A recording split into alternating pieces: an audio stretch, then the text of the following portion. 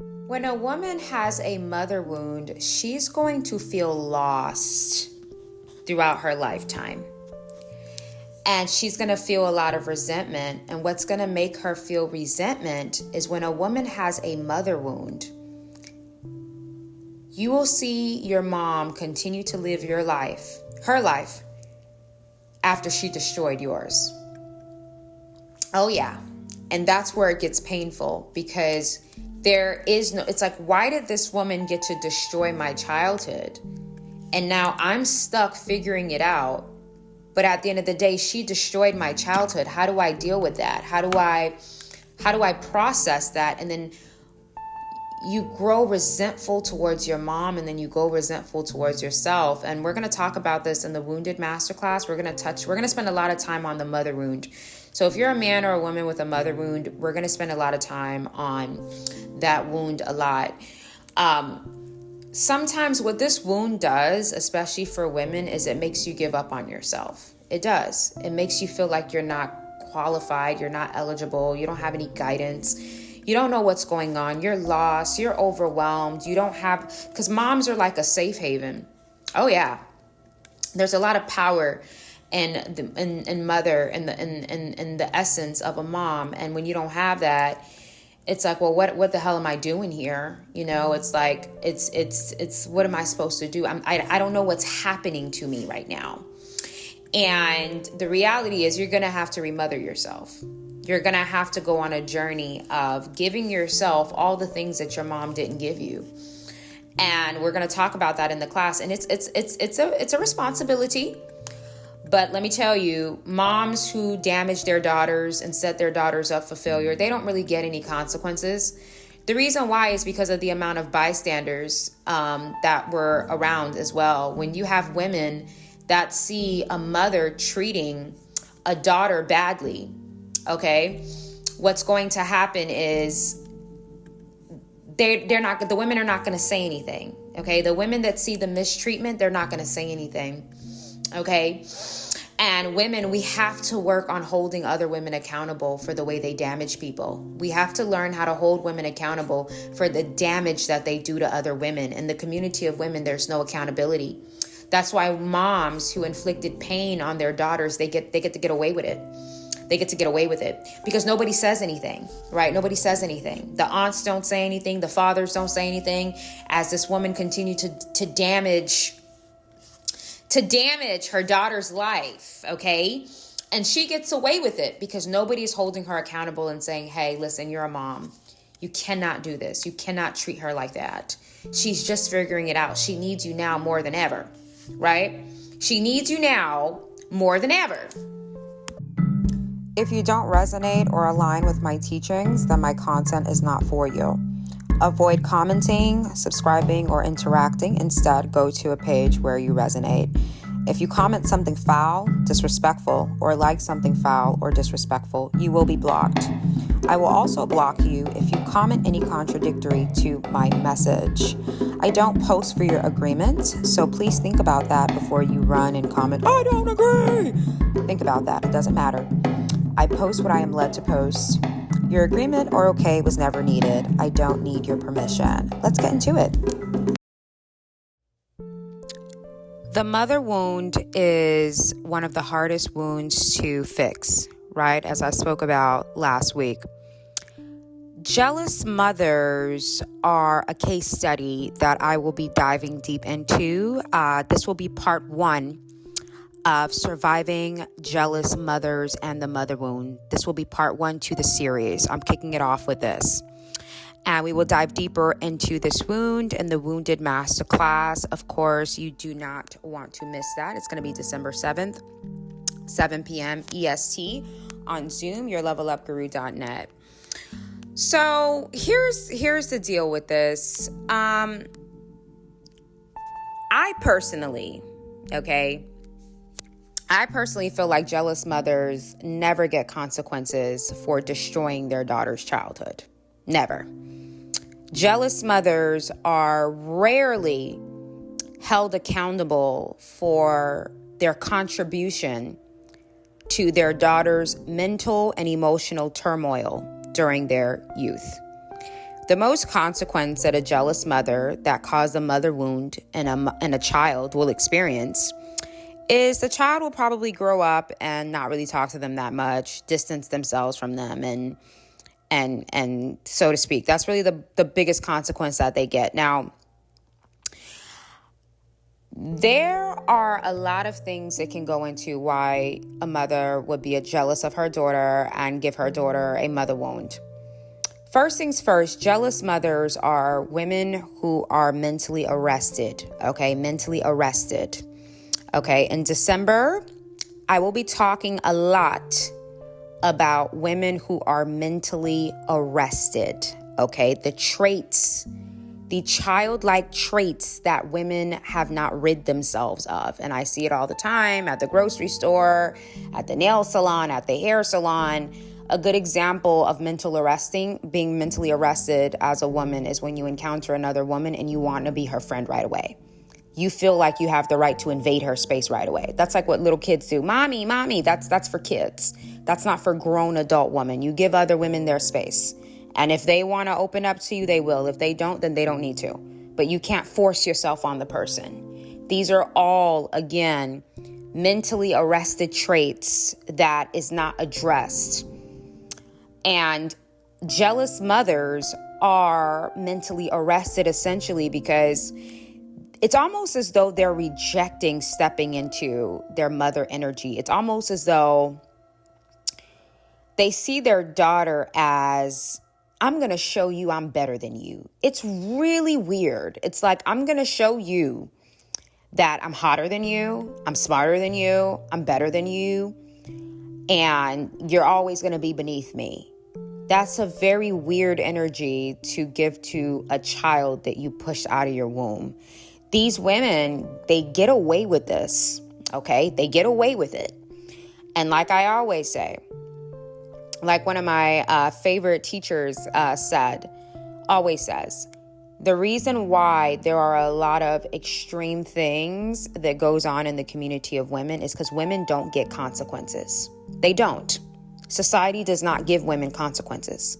That's why when women attack other women viciously, there's rarely a consequence for it.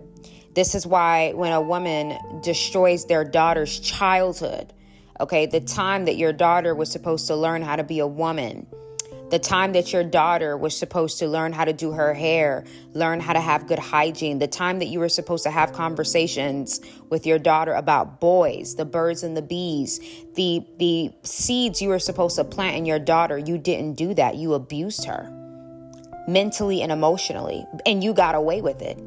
And jealous mothers are going to keep getting away with it because there's no consequences for them. Now, I always say that jealousy cannot coincide with love. You cannot say, oh, my mom loves me, but she's a little bit jealous of me. No. Jealousy cannot coincide with love. If somebody feels those feelings towards you, they don't like you. That's just the end. That's the beginning and the end. There's no one who feels jealousy towards you that you should ever trust, even if it's your mother. Because jealousy, it's a murderous spirit. It's coming to murder. So you should never, and I'm not saying that a jealous mother would unalive her daughter. That's not what I'm saying. But unalive, murder, I'm talking about, figuratively speaking. A lot of women don't have the confidence to do certain things or reach certain goals because they feel insecure. Their mother planted so many seeds of insecurity in them. They don't have the confidence to do certain things that they're actually really good at because the words of their mom keeps replaying in the back of their mind. You're not good enough. You're ugly. You're fat. Nobody's going to want you. I can't stand you. Right? Those are the words. I remember I spoke to a young lady. She said, Mel, the first person, excuse my language, you guys. She said the first person that ever called me a bitch was my mom. That was the first person that ever called me those words. And I thought those were fighting words. I thought that was a street word. I thought that was a word that you use when you have an altercation with a woman. I didn't know that that was a word that your mom would use to you when she's aggravated with you. I thought she doesn't like you. Now, here's the issue that I have with, okay, so I'm always encouraging women to be the adult in the environment. In order for a woman to be the adult in the environment that she's in, and to be a mature woman, that requires certain traits. When you grow in womanhood and you become a mature woman, you can't really do big friend groups of women and stuff like that, because you start to see the immaturity and it's a turn off. So you don't really fit into those spaces anymore. What does this have to do with jealous mothers and mother wounds on the daughter? A lot of these mothers who are jealous of their daughters, they have enablers. And a lot of these enablers are their girlfriends and the aunts and the other women in the family that sees that this mother is abusing her daughter and they don't say anything. As a matter of fact, they egg it on. A good example was that video on TikTok with the little girl at the church. And she was saying, they told her, well, tell us what you're thankful for. And she said, I don't really know if I could say it. I don't know. And they said, no, tell us what you're thankful for. You can't do that. Tell us what you're thankful for. She said, I'm thankful for my stepmother because my stepmother is more supportive than my real mother, right? That was her being, authentic. That was her being vulnerable. This girl is like 5 years old. When I tell you the women in that environment dogpiled on that little girl, they dogpiled on her. And I said, you see, that crap right there, that is what I don't deal with. Grown women in their 30s, 40s, 50s, and 60s dogpiling on a 6-year-old. That is traumatizing. And why do they get away with it? Because there's no woman in the environment that's actually an adult. They're an adult in age, but psychologically, they're not. Because if there was any woman in there with an ounce of maturity and decency, she would say, hold up. She's a child. Let's not do this. If it was me, that was going to turn into a big brawl. I'd start slinging women left and right. You are not about to sit here and come and dogpile on a child. I'm not going to allow you to unleash your hatred and your pain on a little girl. I'm not going to let you do that. But there's not enough women that will stand up for the little girl. They allow other women to contribute to the abuse of the little girl. That's the problem. They dogpiled, if you watch the clip, they dogpiled on that little girl. All the women in that environment came together, shoulder to shoulder, and dogpiled on a 5-year-old girl. Traumatized the hell out of her. Now she's going to grow up to be a girl. If she doesn't do the therapy, she's going to hate women. And she's going to be worse than the women that did that to her. Because the cycle continues until it breaks. So a lot of times when a mother is a jealous mother that is inflicting pain on her daughter, there's always bystanders. There's always aunts and cousins and friends and other women around the environment, neighbors, that enables the jealous mother to bully her daughter, and it's fun for them. That's why I'm so big on productivity.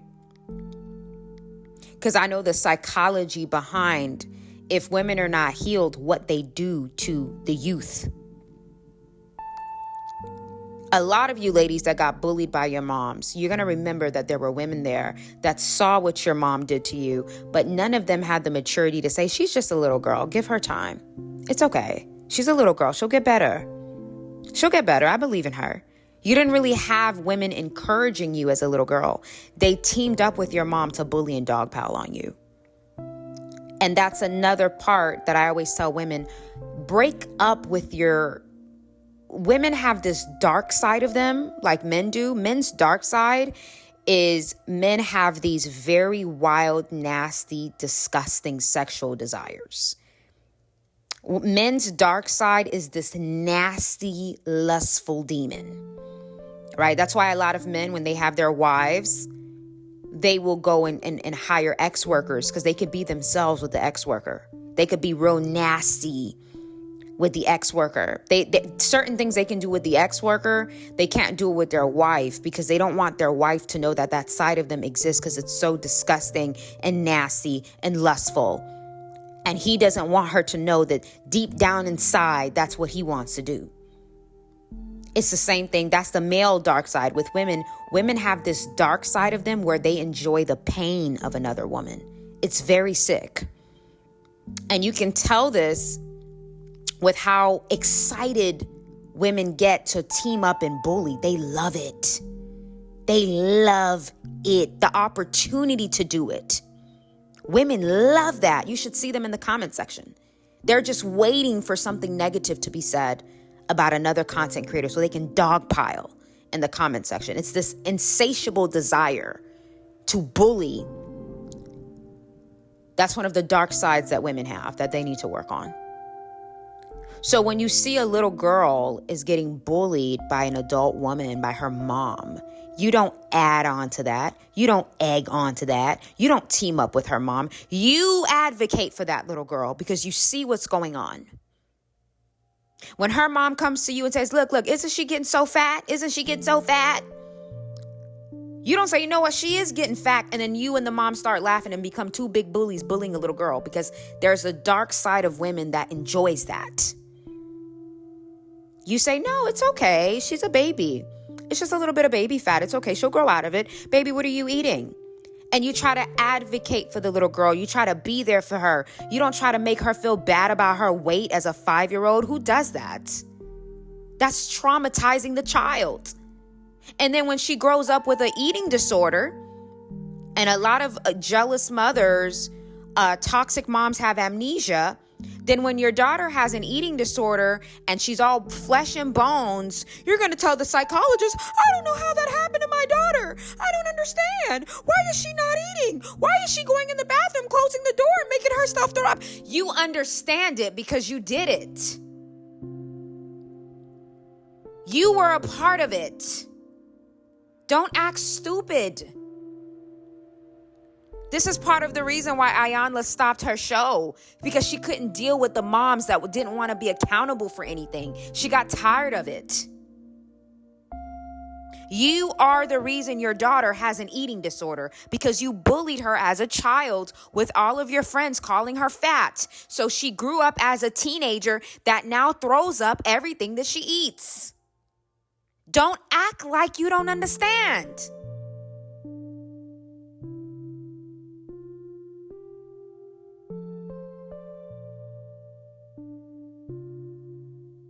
And that brings me back to part 2.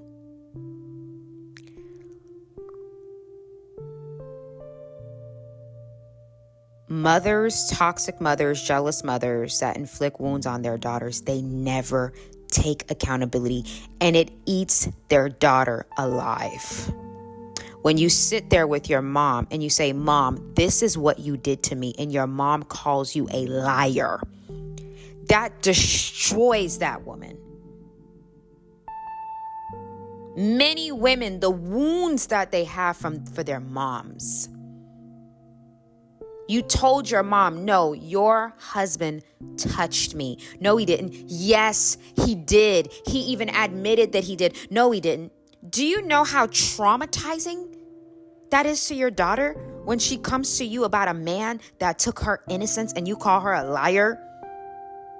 Who's going to give this woman a consequence? No one. There's not really consequences in the community of women.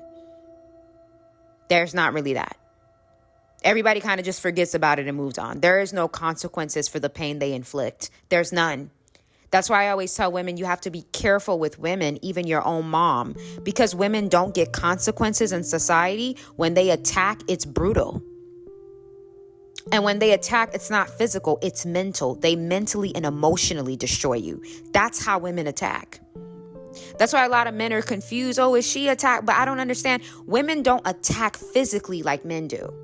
Women attack emotionally and mentally. They'll stalk you for days, ages, years, and then flip the script and say you're stalking them.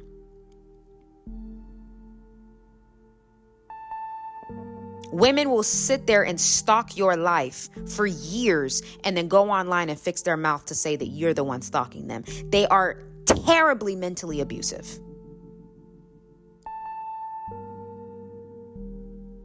Mothers will sit there and have an active role in their daughter's demise and will lie and say, I never said that. That's why Ayanla said, you did say that. I have you on camera. I didn't say that. Yes, you did. I have it on camera. Roll the tapes. That's one thing I loved about Ayanla. She did not allow women to sit on her chair and play games with her.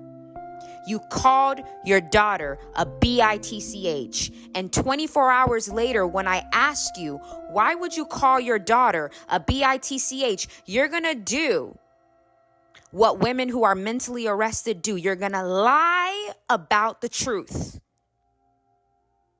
You didn't call her that? Okay, I'm going to roll the tapes.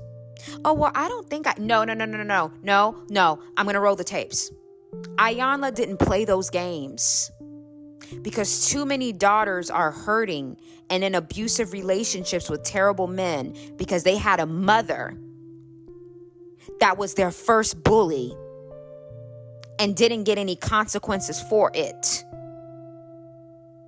And that's what I love. That's when I really respected Ayanla. She is truly a matriarch. She is truly a matriarch because she's older and the moms were there. The moms automatically thought that Ayanla was going to team up with them because they're both older. And the woman on the couch is younger. Ayanla is not there for older or younger women. She's there for women in general, and she's there for healing. She's not mentally arrested in her teen years. So she's not going to team up with you and bully the little girl in her sessions. That's what a lot of the moms thought. Oh, I'm going to bring my daughter. Me and my daughter are here for therapy. Ayanla's older. I'm older. I'm going to dog pile on my daughter, and Ayanla's going to team up with me to do it. No, that's for women who are immature. Mature women don't team up with women to dog pile on other people. We don't do that. We are our own person, and we make our own judgments, and we make our own assessments. We cannot be recruited into a smear campaigns and bully groups. No. We don't want nothing to do with that. It's low vibrational. So society needs women. Society needs women who are mature enough to see when a woman is bullying her daughter and is not gonna. You can't exactly highly involve yourself in it clearly because that's not your place. And if you can't question that woman's parenting, but you can do your due diligence and not be a part of it. You can do your due diligence and be an advocate for that girl and stand up for her in the midst of when her mom is trying to bring her down. When her mom is calling you up to gossip and talk bad about her, you can say, I gotta go. You can hang up the phone, right? December 7th, Wounded. This is going to be a phenomenal masterclass. This is a very spiritual class. The wounds that you have in your life that you cannot see, okay? All of the pain, the scratches, the wounds that you are carrying externally affects you. Ladies and gentlemen, we need to take responsibility for ourselves. It's not just paying bills and going to school and putting gas in our car. Whatever wound that you have internally, whether it's a rejection wound, you've been rejected a lot by people, that affects your ability to socialize. If you have a mother wound, it's hard for you to connect with women. You have a father wound, it's hard for you to connect with men. You have a spiritual wound. It's hard for you to connect with your deeper self, with God. There are so many wounds that people have that they don't even realize it's there, and it's affecting your progress. It's affecting your money. It's affecting your ambition. It's affecting your passion. This class, we are going to go through every single type of wound that I personally feel like shows up in people's lives often. And we are also going to dissect how to keep those wounds from destroying our progression, and also how to heal them over time and maintain the way these wounds affect our lives on a deeper level. Wounded, December 7th, 2025. Be there, be square.